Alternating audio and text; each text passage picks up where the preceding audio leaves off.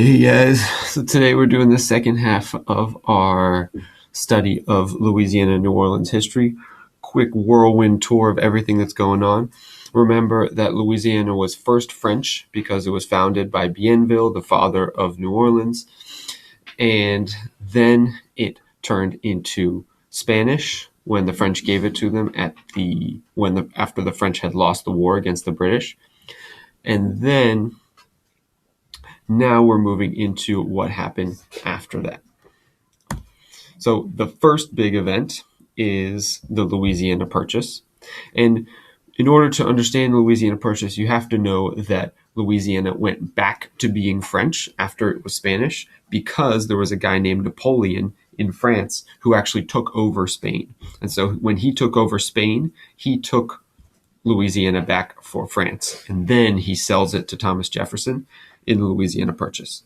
So take 1 minute, go to this bit.ly link, DTA LA Purchase. It's literally a 1 minute video, and then answer these questions after this.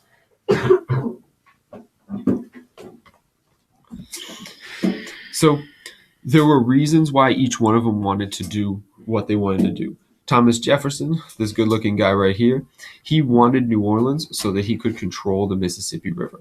Right? New Orleans was really important for that trade and the transportation and the agriculture because it was right there at the bottom of the Mississippi River. And then here's Napoleon right here.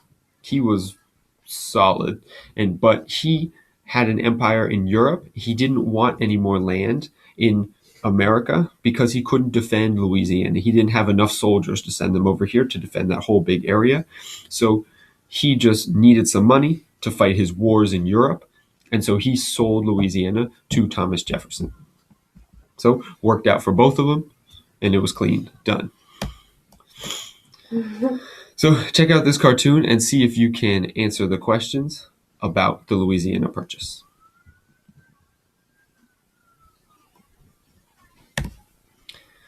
So we've got, this is a real short timeline just to keep things in perspective.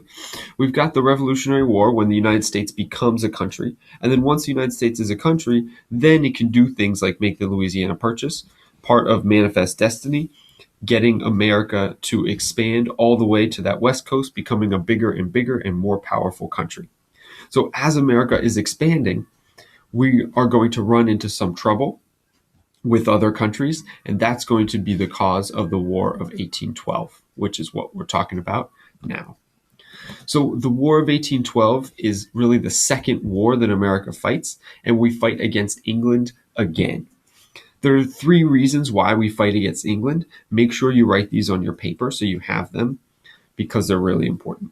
The first reason is because the British put an embargo on us. They stopped our trade, and they made it so that Americans were getting poorer because the British were stopping us from trading.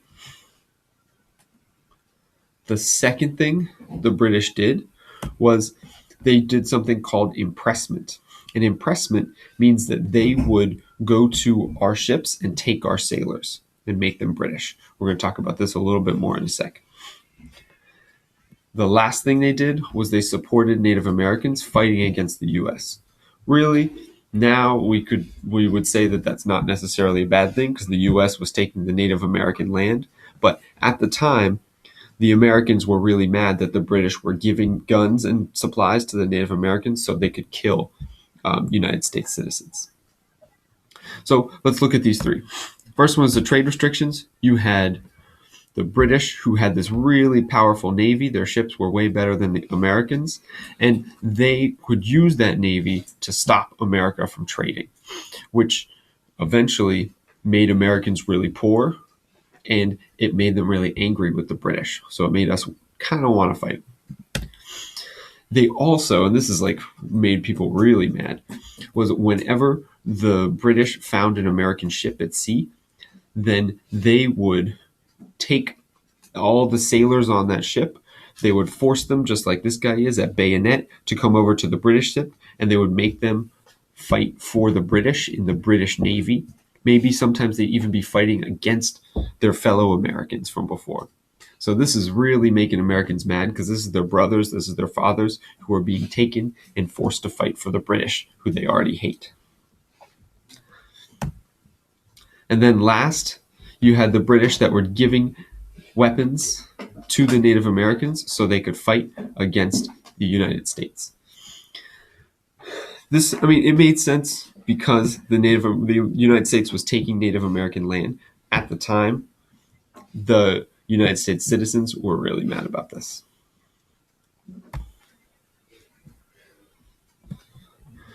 So what happens is all these things are coming together, and the United States decides to declare war on England. When we declare war, first thing we do is invade Canada, but that doesn't go very well, so then our guys retreat. Then the British aren't really trying to just mess around with us. They want to squash this once and for all. So they send some of their best soldiers, their best troops, their best ships over to America to take us out. So a few things happen. One, they get to Washington, D.C., they burn down the White House, and at this point it really seems like the British are winning. But then they go to Baltimore, which is right next to Washington, D.C., and they try to take the city of Baltimore, but they don't succeed. And that's where the Star-Spangled Banner was written. It was about the American victory beating off the British out of Baltimore. So once they get beaten out of Baltimore, then they come down to New Orleans, and they try to take the city of New Orleans. And this is where we come in. This is where our hero of the time, Andrew Jackson, comes in. He wins the Battle of New Orleans. So to see how that battle went, watch this video right here, bit.ly/DTA Battle of NO. And that'll tell you a little bit about what was happening, who the people were, and who won the battle and how.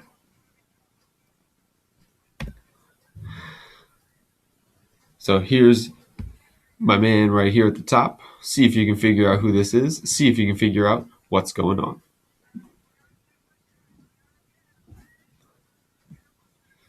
Here's a map of the battle. Answer these questions about this map. See how much you know.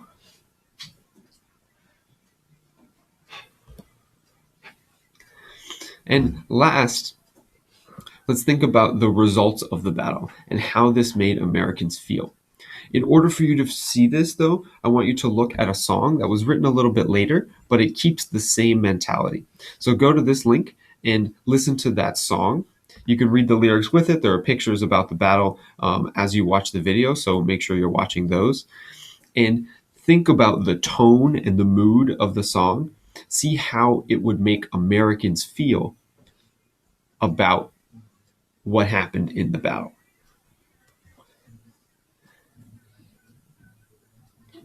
And if you're really interested, here are some other links for you to go to. This one's really fun. It's a Lego illustration of the song. And this one up here is the website for the 200-year anniversary celebration of the battle. They're going to recreate the battle. They're going to have some British guys attacking American guys at the battlefield in Chalmette. I'm going to go watch. You should come with me because it's really cool, but that's up to you. So when we go to the French Quarter tomorrow, you're going to see, or on Thursday, you're going to see a lot of commemorations to this battle and also to the hero of the battle, Andrew Jackson. Do you guys want to come? You want to say something in the video? Mm-hmm. No? Zane, you want to say something in the video? Go India. Come on. It's running. What are we going to say? Whatever you want to say. It's recording? Yeah, it's recording. Right now? Right now, there you go.